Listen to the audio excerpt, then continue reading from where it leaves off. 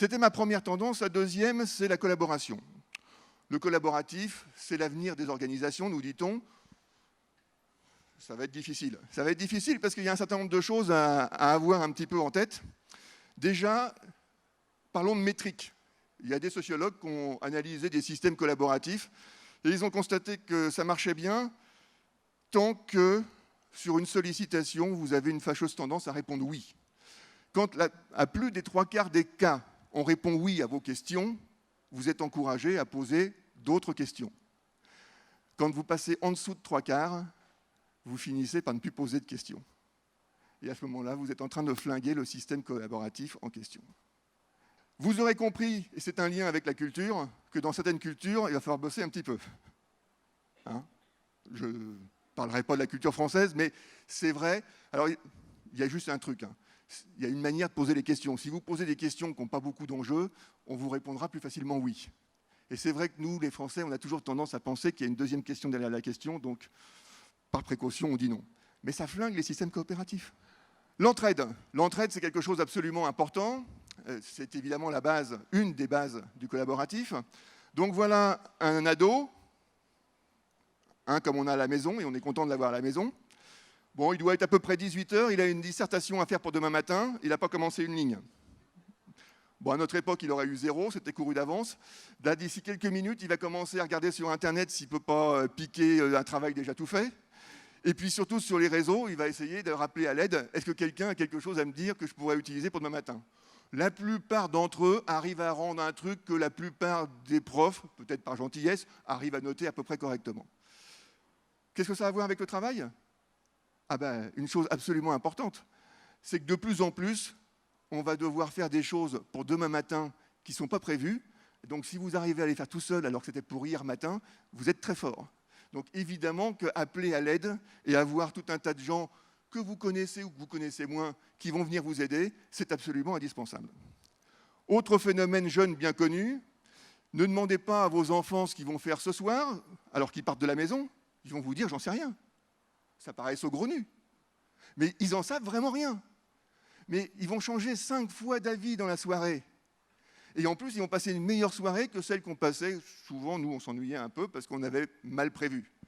Alors, effectivement, ils prévoient rien, donc ils passent leur temps à s'ajuster. Donc, dans la soirée, ils sont toujours là-dessus pour essayer de s'ajuster sur la soirée d'après. Ce que je suis en train de vous dire, c'est que le travail, ça va être pareil. On ne peut plus rien planifier, les clients veulent toujours du différent, donc il faut en permanence changer. Donc, la planification stratégique, vous oubliez. Donc à ce moment-là, ça veut dire qu'il faut faire du nouveau, on ne sait pas ce qu'on doit faire demain, comment on fait? Si vous ne pouvez pas planifier, il n'y a qu'une seule chose à faire, c'est s'ajuster en permanence.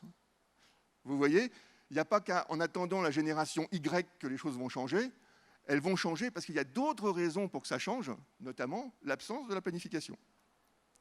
La confiance, je passe rapidement.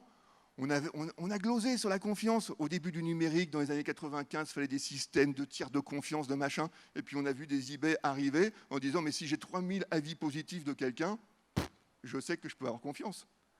Bon, s'il y en a 3, méfiez-vous. Hein. Mais 3000, c'est difficile à torpiller. Et puis enfin, l'intelligence collective. Alors ça, quand on parle de collaboration, on en arrive toujours là. Ce qui est bien avec la collaboration, c'est qu'il y a un moment, il y a une espèce d'intelligence collective, comme dirait Coluche, c'est l'esprit qu'on se partage à tous, là, qui émerge. Alors, il y a des bouquins entiers là-dessus, mais moi, j'aime bien montrer des choses. Alors, je me suis interrogé, qu'est-ce que je pourrais vous montrer comme exemple, comme matérialité de l'intelligence collective? Alors là, on est dans la circulation à Ho Chi Minh-Ville. Ça s'appelait Saigon avant. A priori, bon, ça va vous faire rigoler. Mais la première chose que vous allez vous dire, c'est il n'y a pas de règles. Ah, c'est faux. C'est faux, il y a des règles. Et les règles sont à peu près les mêmes que chez nous. Il y a des feux rouges, vous voyez, là en haut, il y a un feu rouge. La plupart le respectent. Il y en a qui ne le respectent pas, mais bon. Donc, ce sont les gens qui sont au feu vert qui circulent, et qui circulent à petite vitesse. C'est comme ça que ça marche. Personne n'aurait l'idée saugrenue de faire du 150 km/h, parce que là, à ce moment-là, il y a tout qui s'arrête. Regardez le nombre de personnes qui circulent à la minute. Il y en a beaucoup. Ils y arrivent. Nous, en France, on aurait tout le monde en plein milieu, on aurait soit un accident, soit tout le monde en plein, avec un énorme pâté, avec des klaxons, et en disant « qu'est-ce que tu fais? Avance ». Donc là, on a un système qu'on ne comprend pas et qui fonctionne. Alors, vous voyez, il y a des gens qui récupèrent le flot, Et puis un jour, ils s'en vont du flot. Ben, comme on rejoint une conversation sur Internet et qu'on la quitte, comme ça. Mais quand on est dans le flot, on ne cherche pas à comprendre où ça va. On cherche à voir celui qui est devant, celui qui est à gauche, celui qui est à droite. Le reste, on s'en fiche. D'abord, on n'a pas assez de système cognitif pour avoir plus. Et donc, effectivement, il y a quelque chose qui fonctionne. C'est l'intelligence collective. Alors, ça nous renvoie quand même à une autre chose qui est très importante. C'est à notre responsabilité. Parce que quand on dit, mais quelque part, on abandonne notre libre arbitre, hein, on se met dans le flot et puis on n'arrive pas bien à comprendre comment ça fonctionne. Oui, mais imaginez un accident. Bon, la bonne nouvelle, c'est comme ça ne va pas vite, il n'y a quand même pas beaucoup de gros accidents. Ça tombe bien parce qu'il n'y a pas d'assurance. Comment on fait quand il n'y a pas d'assurance? Et puis, de toute façon, personne n'a respecté le droit, puisque c'est à peu près les mêmes règles que chez nous. Hein. Donc, à qui vous voulez vous plaindre? Allez donc vous plaindre à l'intelligence collective. Donc, vous voyez qu'il y a quelque chose qui va être très important à comprendre, c'est que l'intelligence collective, il y a une forme d'abandon, mais il y a aussi quelque chose de très important, c'est que ça va nous renvoyer une élévation de notre responsabilité individuelle qu'il va falloir ne jamais oublier, sinon ça ne va pas marcher du tout.